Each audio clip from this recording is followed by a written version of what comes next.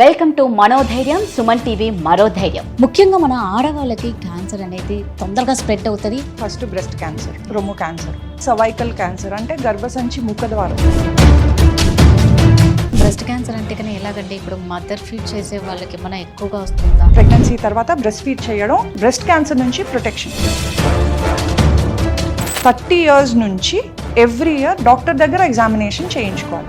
రానున్న 20 yearsలో ఇంటింటికి ఒకరికి క్యాన్సర్ ఖచ్చితంగా వస్తుంది. బాడీలో సెల్స్ ఉంటే బ్లడ్లో రావచ్చు, బ్రెయిన్లో రావచ్చు, థైరాయిడ్లో రావచ్చు, మజిల్లో రావచ్చు, బోన్లో రావచ్చు. నలుగురిలో ఒక్కరికి అనేది కంపల్సరీ అయిపోయింది. జెనెటిక్ ద్వారా వచ్చేది ఛాన్సెస్ తక్కువే. పొరాటిక్ మ్యూటేషన్ వల్ల, కల్తీ ఆహారం, పొల్యూషన్, కల్తీ నీరు, life style, most important plastic. 8 minutesకి 1 patient వరకు is dying because of cervical cancer.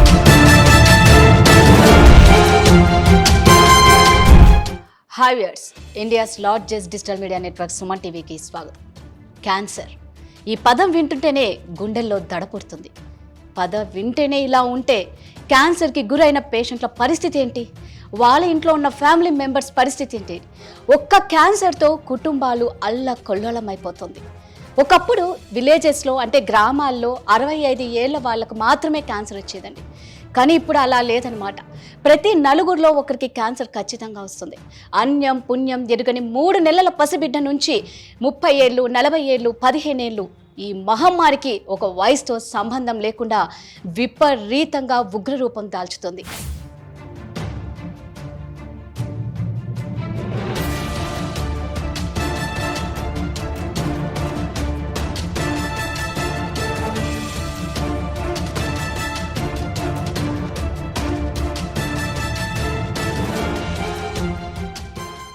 మన ఇండియాలో హైదరాబాద్ అనేది క్యాన్సర్ పేషెంట్స్కి, క్యాన్సర్ ట్రీట్మెంట్కి క్యాపిటల్ రాజధాని అయిపోయింది.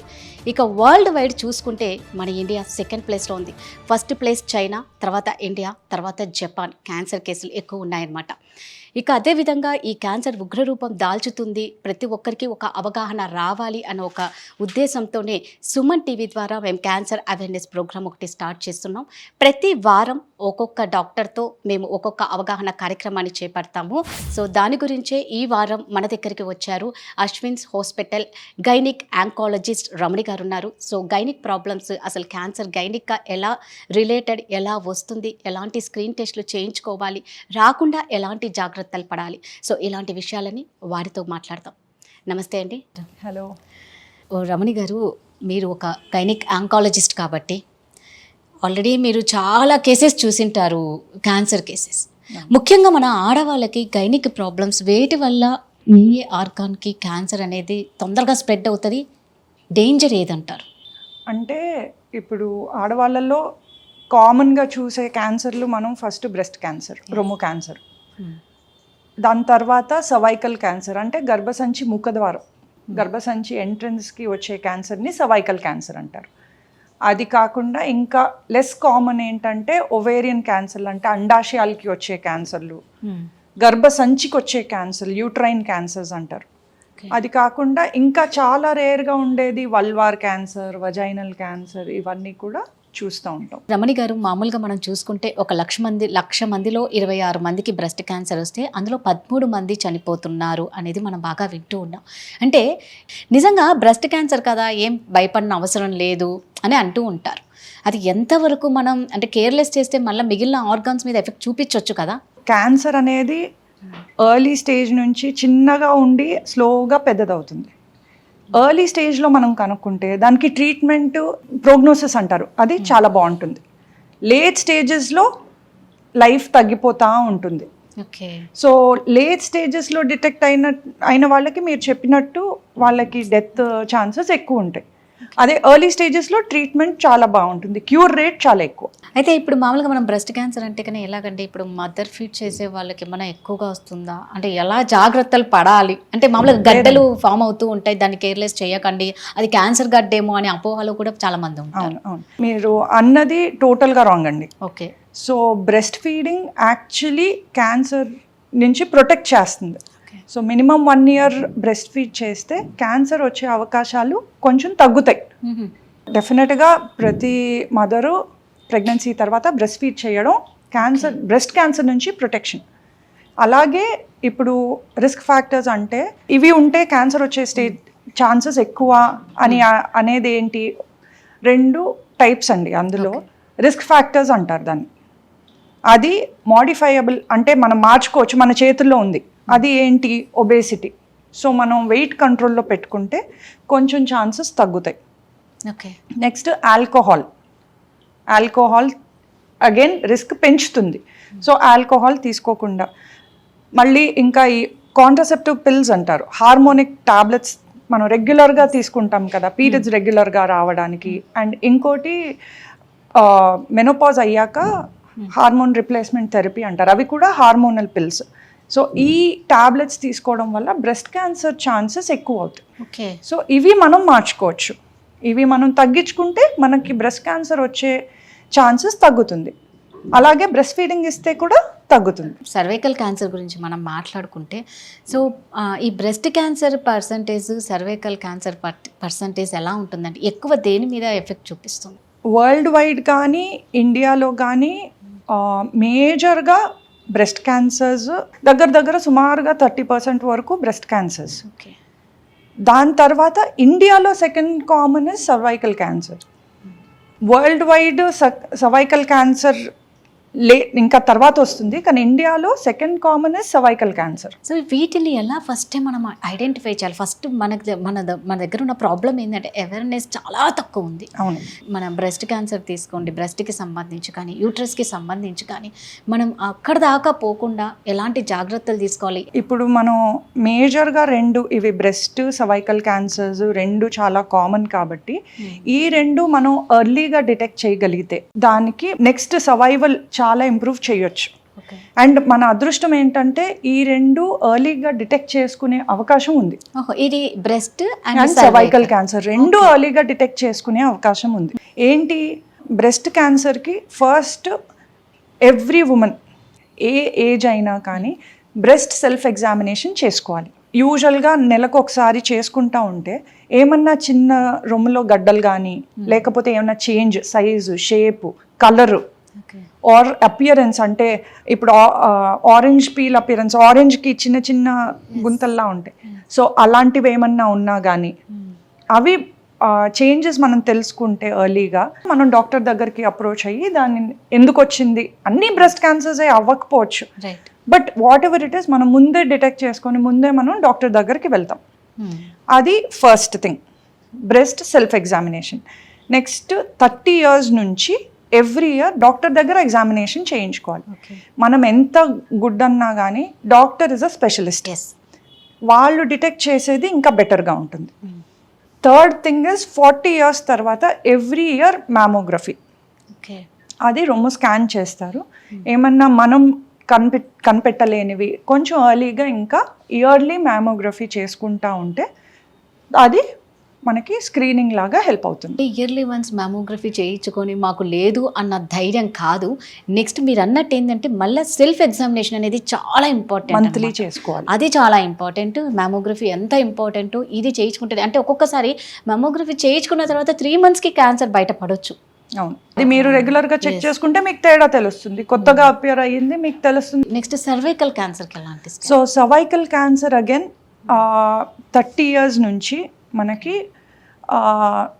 Cervical cancer 97% of the time is caused by a virus వల్ల కాజ్ అవుతుంది. ఓకే, ఆ వైరస్ వల్ల కాజ్ అవుతుంది కాబట్టి మనకి screening test is available. Pap smear మీరు వినే ఉంటారు. ప్యాప్స్మియర్ ఏంటంటే ఆ గర్భసంచి మూతి నుంచి చిన్న వాట్ ఎవర్ సెల్స్ తీసుకొని అది టెస్ట్ చేస్తాం. సో అందులో ఈ వైరస్ ఉందా ఆర్ సెల్స్ అబ్నార్మల్గా ఉన్నాయా అనేది చెక్ చేసుకోవచ్చు.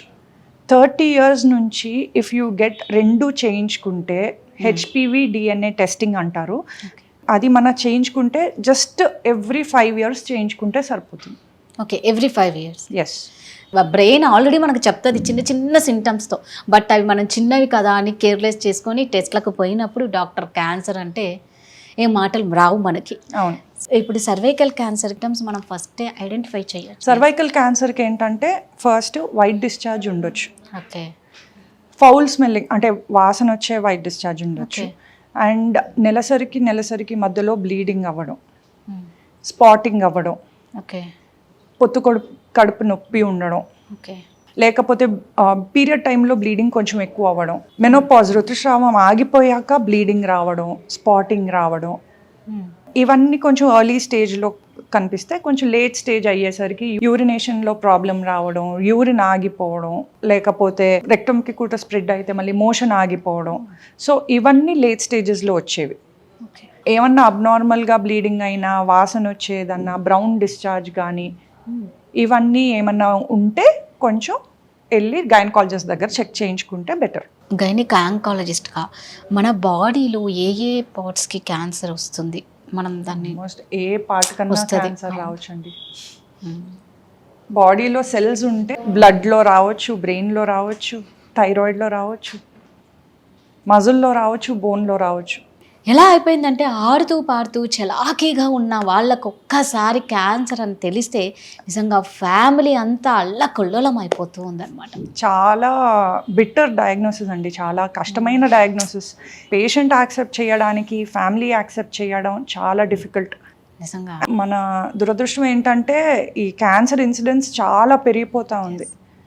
ఒక 10-20 years బ్యాక్ అసలు ఇట్ వాజ్ హాఫే, లైక్ మొత్తం ఊర్లో ఒకరికో ఇద్దరికో ఉండేది. ఇప్పుడు 2-3 ఇళ్ళకి కలిపి ఒకరికో ఇద్దరికో. ప్రొజెక్షన్ ఏంటంటే రానున్న 20 yearsలో ఇంటింటికి ఒకరికి క్యాన్సర్ ఖచ్చితంగా వస్తుంది. నలుగురిలో ఒక్కరికి అనేది కంపల్సరీ అయిపోయింది. ఎక్కడన్నా మీరు కదిలిచ్చండి, మనం 10 మంది కలిసి ఒక గ్రూప్ అయితే దాని నుంచి మనం మినిమం ఒక 3 కన్నా క్యాన్సర్ వింటూ ఉంటాం, మినిమం 2 కన్నా క్యాన్సర్ వింటున్నాం. ఒక సింగిల్ ఫ్యాక్టర్ అంటూ లేదండి. జెనెటిక్ ద్వారా వచ్చేది ఛాన్సెస్ తక్కువే, అబౌట్ 10%. మిగతావన్నీ స్పోరాడిక్ మ్యూటేషన్ వల్ల. కార్సినోజెన్స్ ఎక్స్పోజర్ అంటారు. కార్సినోజెన్స్ అంటే ఏంటి? రకరకాలు అన్హెల్దీ ప్రోడక్ట్స్. ఇప్పుడు మనం కల్తీ ఆహారం, పొల్యూషన్, కల్తీ నీరు, బయట ఫుడ్, అందరం బయటే ఫుడ్ తింటున్నాం. అండ్ లైఫ్ స్టైల్ అంతా సెడెంటరీ లైఫ్ స్టైల్. ఎవరు ఒళ్ళు చెమటలు పట్టేలాగా ఎవరు పని చేయట్లేదు. అందరూ ఏసీస్, ఎనీ టైం ఏసీస్లోనే, చెమటలు అంటూ పట్టట్లేదు. సో లైఫ్ స్టైల్, మనం exposure to carcinogens. Most important plastic touch చేయందే మన నోట్లోకి ఏది వెళ్ళదు. ఆఖరికి వెజిటబుల్స్ కూడా ఫ్రెష్ వెజిటబుల్స్ అనుకుంటాం, పెస్టిసైడ్స్ కూడా మేజర్ పార్ట్. అవి లేకుండా ఫుడ్ రాదు మనకి. అండ్ అవి వచ్చే ఫుడ్ కూడా ప్లాస్టిక్లో తెచ్చుకుంటాం, దాంట్లో మైక్రో ప్లాస్టిక్ అని ఉంటుంది. సో వీఆర్ లిటరలీ బొంబార్డింగ్ ఆ బాడీ విత్ కార్సినోజన్స్. మనం బాడీ ఎక్సర్సైజ్ కూడా చాలా ఇంపార్టెంట్ కదా, చాలా ఇంపార్టెంట్. ఏజ్తో సంబంధం లేకుండానే వస్తుంది. అంటే చిన్న పిల్లలకి కూడా యూజువల్గా ఏజ్ పెరిగే కొద్దే క్యాన్సర్స్ ఎక్కువ అవుతూ ఉంటాయి. ఎందుకంటే క్యాన్సర్స్ ఇలా మ్యూటేషన్ అయ్యే సెల్స్ని మన బాడీ కిల్ చేసే శక్తి తగ్గుతూ ఉంటుంది ఏజ్ పెరిగే కొద్దీ. సో యూజువల్గా క్యాన్సర్స్ ఏజ్ కొంచెం అడ్వాన్స్ ఏజ్ అంటే 50 తర్వాతే ఎక్కువ. But number of cancer cases ఎక్కువ అయ్యే కొద్దీ ఆ ఏజ్ తగ్గుతూ ఉంది. సో ఇది వరకు 60-70కి వచ్చేది, ఇప్పుడు 50 తర్వాత బాగా చూస్తున్నాం, మన నంబర్ ఆఫ్ కేసెస్ బాగానే చూస్తున్నాం.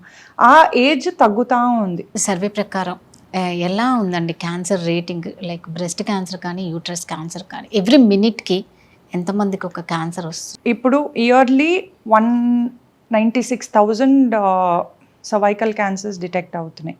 అంటే ఆల్మోస్ట్ 8 minutesకి 1 patient వరకు is dying because of cervical cancer. 8 నిమిషాలకు ఒక సర్వైకల్ క్యాన్సర్ పేషెంట్ చనిపోతున్నారంటే నిజంగా ఎంత దారుణంగా ఉందో. అవేర్నెస్ పెంచితే డిటెక్షన్, స్క్రీనింగ్ ఇవన్నీ ద్వారా మనం క్యాన్సర్ని రాకముందే కూడా స్టాప్ చేయొచ్చు. క్యాన్సర్ డైరెక్ట్గా లాస్ట్ స్టేజ్లో వెళ్ళదండి. ఇది ఫస్ట్ ఏమవుతుందంటే కణాల్లో కొన్ని చేంజెస్ అవ్వడం వల్ల ఫస్ట్ ప్రీ ఇన్వేజివ్ అంటే క్యాన్సర్ కన్నా ముందు స్టేజ్లో ఉంటుంది కొన్ని రోజులు. ఆ క్యాన్సర్ కన్నా ముందు స్టేజ్లో లోపల చేంజెస్ జరుగుతూ ఉండి తర్వాత ఇంకా అలాగా దాన్ని తీయకుండా ట్రీట్మెంట్ లేకుండా దాన్ని వదిలేస్తే అది నెక్స్ట్ క్యాన్సర్లోకి కన్వర్ట్ అవుతుంది. ఓకే. సో అలా క్యాన్సర్లో కన్వర్ట్ అయినప్పుడు ఫస్ట్ స్టేజ్లోనే ఉంటుంది. Over a period of time it goes in to second stage, third stage, fourth stage వరకు వెళ్తుంది. సో మనం we still have time. First or second stage లోపు తీయగలిగితే మనం సర్వైవల్ రేట్స్ చాలా పెంచవచ్చు, క్యాన్సర్ డెత్స్ చాలా తగ్గించవచ్చు. Awareness very important. ఎందుకు ఒకసారి క్యాన్సర్ వచ్చింది అన్ని క్యూర్ అయిపోయింది, కీమోథెరపీ అయిపోయింది, రేడియేషన్ అయిపోయింది, సర్జరీ అయిపోయింది, బట్ మళ్ళా క్యాన్సర్ మళ్ళా వస్తూ ఉంటుంది, దేనివల్ల అండి? అంటే క్యాన్సర్ లక్షణమే అంతండి. ఏంటి అంటే మీరు ట్రీట్మెంట్ చేసి అన్నీ చేశాక కూడా దెర్ ఇస్ అ ఛాన్స్ ఒక్క సెల్ మిగిలిపోయి ఉండొచ్చు. అది కొద్ది రోజులు అలా పడుకొని ఉంటుంది, తర్వాత ఎప్పుడో ఒక టైంలో ఇట్ మైట్ గెట్ యాక్టివేటెడ్. మనం ట్రీట్మెంట్ అంతా తీసుకునేది ఆ ఒక్క సెల్ కూడా వదలకుండా ట్రీట్మెంట్ చేయాలనే మొత్తం will try to do everything. అందుకే చాలా important first time cancer detect అయ్యాక ద ఫస్ట్ టైం ట్రీట్మెంట్ ఎలా అయితే తీసుకుంటారో అది కరెక్ట్గా తీసుకోవడం చాలా ఇంపార్టెంట్. ఆ ఛాన్సెస్ మళ్ళీ వచ్చే ఛాన్సెస్ తగ్గించుకోవాలి మనం. ఈ ఫస్ట్ టైం ట్రీట్మెంట్ చేసేటప్పుడే కుదిరినంత వరకు ఫుల్ ఫ్లెడ్జ్డ్గా క్యాన్సర్ తీయగలిగేలాగా చూసుకోవాలి. ఓకే. అది కొంచెం స్టేజ్ పెరిగే కొద్దీ అది ఎక్కడో ఒకటి బ్లడ్ వెసల్స్ ద్వారా ఎక్కడికో చోటుకి వెళ్ళిపోయి కూర్చొని ఉండొచ్చు. మీరు కీమోథెరపీ ఇవ్వడం వల్ల అది ఇట్ విల్ బి డార్మెంట్, అంటే యాక్టివ్గా ఉండదు. అది ఎప్పుడో ఆఫ్టర్ 5 years 10 years ఎప్పుడో ఒకప్పుడు it will become active. Me immunity ఇంకా తగ్గినప్పుడు ఫర్ సమ్ రీజన్ యాక్టివేట్ అవుతుంది ఆ సెల్, ఆ ఒక్క సెల్ యాక్టివేట్ అవుతుంది. అప్పుడు అక్కడ నుంచి it will start growing again, మళ్ళీ క్యాన్సర్ అక్కడ డెవలప్ అవ్వచ్చు. అందుకే క్యాన్సర్ ట్రీట్మెంట్ అయిపోయినా కానీ డెఫినెట్గా ఇయర్లీ కానీ ఎన్ని డేస్కి ఒకసారి మీ డాక్టర్ పిలిస్తే అంత చెకప్ చేయించుకోవడం చాలా చాలా ఇంపార్టెంట్. రికరెన్స్ అంటాం దాన్ని, ఆ రికరెన్స్ని కూడా ఎర్లీగా పట్టుకోవాలి. క్యాన్సర్ అని తెలిసిన తర్వాత పేషెంట్ ఎంత అలర్ట్గా ఉండాలి, ఎంత త్వరగా డాక్టర్ దగ్గరకు వస్తే డాక్టర్ దాన్ని క్యూర్ చేయగలుగుతారు? 2 types ఆఫ్ డిటెక్షన్ ఉంటుందండి. Patient regular health checkup for some reason వేరే దానికి దేనికో వెళ్తే లక్కీగా ఎర్లీ స్టేజ్లో డిటెక్ట్ అవుతుంది. ఆయనకు అసలు దానికి అది ఉందనో దానివల్ల వచ్చే సిమ్టమ్స్ ఏం లేకుండా డిటెక్ట్ అవ్వడం. అండ్ ఆ డిటెక్ట్ అయిన వెంటనే వాళ్ళు ట్రీట్మెంట్కి ప్రొసీడ్ అయిపోతే that is very good for them. Okay. So నాకు ఇప్పుడు ఉంది కదా, ఇంకా క్యాన్సర్ రాలేదు కదా అని డిలే చేసుకొని స్టేజ్ పెరిగే వరకు వెయిట్ చేస్తే అగైన్ ఆ డిటెక్ట్ అయ్యి కూడా వేస్టే.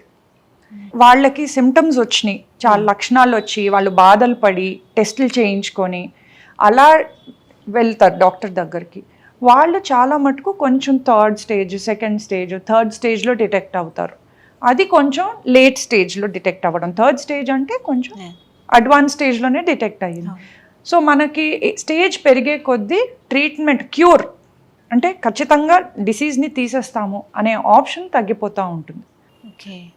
ఏ పేషెంట్ కన్నా హాస్పిటల్కి వచ్చాక మీకు క్యాన్సర్ ఉంది అని చెప్తే వాళ్ళు యాక్సెప్ట్ చేయలేరు ఆ ఫ్యాక్ట్. చాలా కష్టమైన డయాగ్నోసిస్, అది యాక్సెప్ట్ చేయడం చాలా కష్టం. 5గురికి క్యాన్సర్ ఉంది అని చెప్తే ఒకళ్ళో ఇద్దరో మట్టుకే ఇమీడియట్గా ట్రీట్మెంట్కి ప్రిపేర్ అవుతారు. మిగతా 2-3 యాక్సెప్ట్ చేయలేక వాళ్ళు పాపం ఇంట్లో ఫైనాన్షియల్ బర్డన్స్ కానీ లేకపోతే ఇమోషనల్గా కానీ ట్రీట్మెంట్ తీసుకోవడానికి ఇంకా రెడీ అవ్వరు. ఇంకెవరన్నా నాకు బెటర్ డయాగ్నోసిస్ ఇస్తారేమో అని వేరే డాక్టర్ దగ్గరికి వెళ్ళడం, లేకపోతే నేను ఆయుర్వేదిక్ కానీ వేరే మోడ్ ఆఫ్ ట్రీట్మెంట్ తీసుకుంటే నాకు క్యూర్ అవుతుందేమో, సర్జరీ లేకుండా ఇంత పెద్ద కీమో లేకుండా నేను తప్పించుకోగలనేమో అనే ఆలోచనలో వాళ్ళు డిలే చేసేస్తారు ట్రీట్మెంట్. సో అలాంటి వాళ్ళకి ప్రాబ్లమ్స్ ఎక్కువ వస్తాయి. స్టేజ్ పెరిగిపోతూ ఉంటుంది. మనకి క్యాన్సర్ డిటెక్ట్ అయ్యాక అది కామ్గా కూర్చోదు ట్రీట్మెంట్ తీసుకోకపోతే, దాని పని అది పెరుగుతూ ఉంటుంది. మనం లేట్ చేసే కొద్దీ మనకి ట్రీట్మెంట్ ఆప్షన్స్ తగ్గిపోతూ ఉంటాయి, అది స్టేజ్ పెరిగిపోతూ ఉంటుంది. సో చేతులారా మన లైఫ్ని మనమే నాశనం చేసుకున్నట్టే అయిపోతుంది దానికి సహకరించకపోతే. ఒక గైనిక్ ఆంకాలజిస్ట్గా ఈ క్యాన్సర్ అవేర్నెస్ కోసం మా సుమన్ టీవీ వ్యూయర్స్కి ఖచ్చితంగా ఒక మెసేజ్ ఇవ్వాల్సింది. క్యాన్సర్ ఇస్ చాలా మీరు అన్నట్టు మహమ్మారి రోగం. ఈ డయాగ్నోసిస్ యాక్సెప్ట్ చేయడం కన్నా రాకుండా కూడా చేయొచ్చు. ఇప్పుడు సర్వైకల్ క్యాన్సర్కి వ్యాక్సినేషన్ అవైలబుల్, అది తీసుకోవడం వల్ల 90% ఆఫ్ ద సర్వైకల్ క్యాన్సర్స్ తగ్గించవచ్చు. ఓకే. సెకండ్, స్క్రీనింగ్ టెస్ట్స్ ఉన్నాయో అవి రెగ్యులర్గా స్క్రీన్ చేసుకుంటే క్యాన్సర్ కన్నా ముందు స్టేజ్లోనే పట్టుకునే అవకాశాలు ఉన్నాయి. పేషెంట్కి ఖర్చు చాలా తక్కువ అవుతుందండి. క్యాన్సర్ ట్రీట్మెంట్కి ఖర్చు కూడా చాలా ఎక్కువ అవుతుంది. అవును. సో మనం అలాగా ఆ డబ్బులు చాలా సేవ్ చేస్తాం. ఈ స్క్రీనింగ్ టెస్ట్స్, ఈ వ్యాక్సినేషన్లు ఇవి రెగ్యులర్గా చేయించుకోవడం వల్ల మనం క్యాన్సర్ ట్రీట్మెంట్కి అయ్యే ఖర్చును మనం ఇక్కడ సేవ్ చేస్తున్నట్టే. సో అలాగా అవేర్నెస్ పెంచుకొని మీ చుట్టూ ఉన్న లేడీస్ అందరికీ స్క్రీనింగ్ డెఫినెట్గా చేయించుకోండి. 30 years తర్వాత ప్యాప్, హెచ్పివి టెస్టింగ్ చేయించుకోండి. మ్యామోగ్రఫీ 40 years నుంచి చేయించుకోండి. Every year go to the doctor, get it done. Because మీరు హెల్దీ అయితే మొత్తం ఫ్యామిలీ హెల్దీ. చాలా విలువైన విషయాలు మేము తెలుసుకున్నాం. Thank you so much. Thank you.